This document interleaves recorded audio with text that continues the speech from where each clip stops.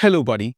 I honestly think you should go ahead and scratch first language English off your list of things to worry about for IGCSE 2025, provided you know your way around. So, we are going to be doing a quick overview of the basics you need to know to attempt all three questions in paper one.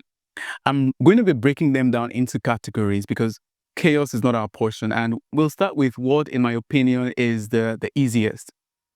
At the end of this video, though, I've got a juicy little suggestion about timing and question order that just might blow your mind. You tell me what you think.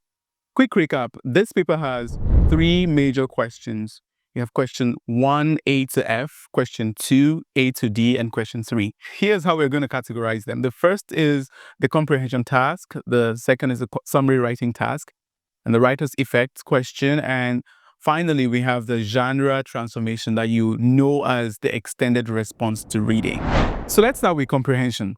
We have questions 1A to E and question 2A to C fall under this category. This is the part where you make your laziness work for you. I mean it. Work smart, not hard.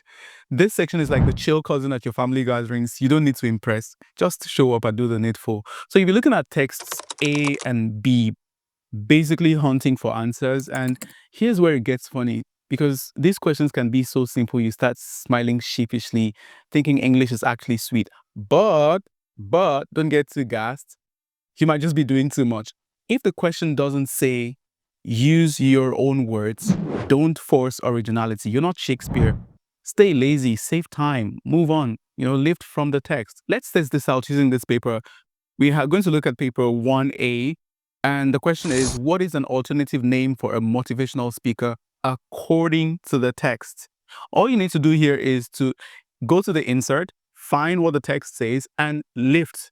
Just lift and move on. But don't get carried away. Not every question is a lift and go. 1B, for example, asks you to explain what the text means using your own words. That's your sign. The context and your own words. So reputation, for example, what a person is known for. Expert, someone with knowledge in a particular field. So you've answered the question, no extra seasoning needed. Move on. That is what it requires.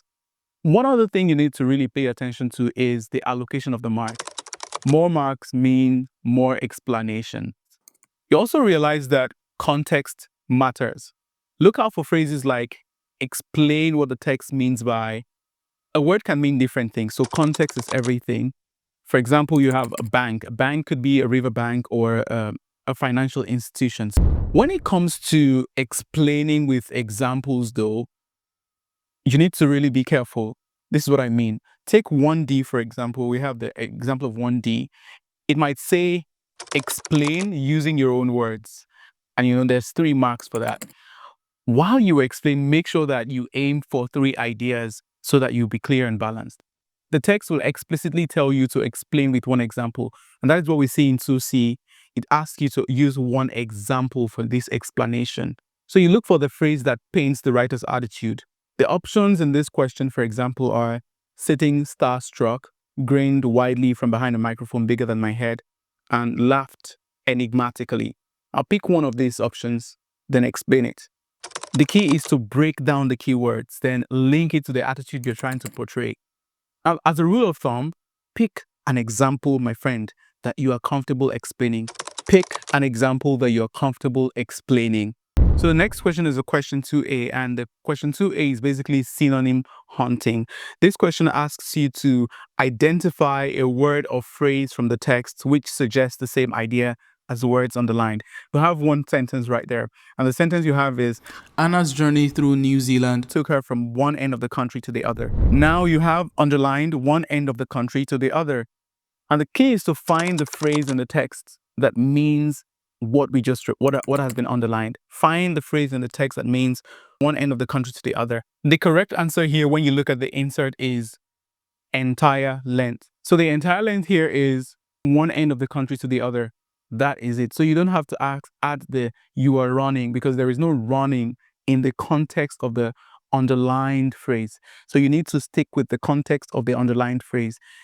You need to be able to replace the underlined phrase in a way with the one you got from the text. All right, we'll move on to the next question, and that's the question, the writer's effect question. It's the same idea as the 2C, but now you need 2 paragraphs and 3 examples each. One thing that could really help you with this is to pick interesting imagery you actually understand. That would be your key to explaining it well. Pick interesting imagery you actually understand, and that will be fine. We're going to talk about the summary task now, which is the next one. Now, with the summary task, it's actually very easy. The thing is, don't yap. This is not an essay. You don't have the word count for that. You will need to read the question beforehand. That way, you know the points you're trying to fish out. You know what you're looking for. And you need to find 8 to 10 points, no lifting, 120 words max. Once you master this, 15 points in the bank, easy. Now, the next question is a genre transformation question, You'll be asked to transform a text into another genre. So it could be a letter, a report, a journal, an article, an interview, or a speech. And what you need to understand is there is a purpose of a writing, why you're writing, the audience, who you're writing to.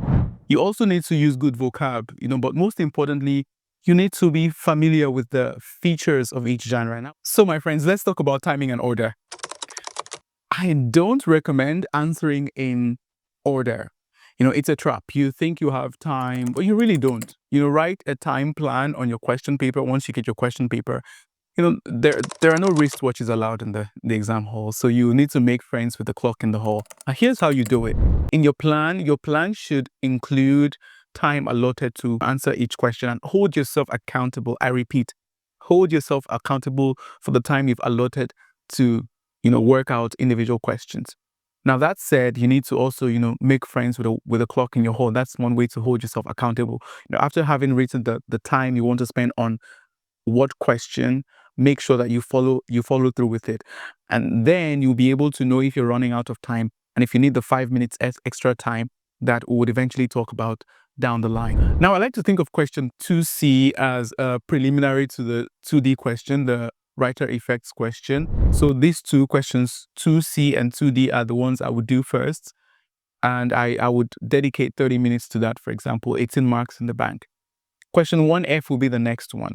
20 minutes, that's 15 marks. Then we would have question 3, which is the genre transformation question, 35 minutes for 25 marks.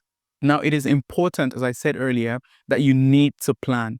Now, we are dedicating 5 minutes to the plan such that once you receive the question, you have 5 minutes to, write in pencil the time allotted to answering each questions, according to what you've come up with. You are free to, play around with the rules and, change the order. But it is important that you write out the plan, the time allotted, and the time allocation would also make you hold yourself accountable down the line. What you would realize is that you still have like 15 minutes, extra time. So this is the extra buffer that you need, especially for the writing tasks. You see that you're running out of time and you have like 5 more minutes. You have 5 more minutes to finish up with your summary writing task. You have 5 more minutes to finish up with the writer effect question. You have 5 more minutes to finish up with the genre transformation question. So you have that 15 minutes buffer to go over your work, over your writing tasks. After that, you have 5 minutes to go over the whole text, the whole exam. So you have 5 minutes to review. It is also important that once you are working on the comprehension parts, the easier tasks that require you to explain or to replace the words, to identify a word and you use another word, if you are unable to find a synonym or an explanation for the word, don't linger around. Just move on to the next task because you have more questions, more challenging questions, especially the writing questions to contend with. So don't waste time. If you don't have an answer to the comprehension task, just move on. Maybe during the review, you can then have the vocabulary. You can have, another word you could write in and fill in there. So that's just the extra that we need to talk about. So let me know in the comments, what order will you use? Let me know in the comments. And if you found this video helpful, subscribe to see the next video where we do a deep dive into summary writing. It's totally worth it, I promise. I'm rooting for you. Wish you the best. Pass that paper.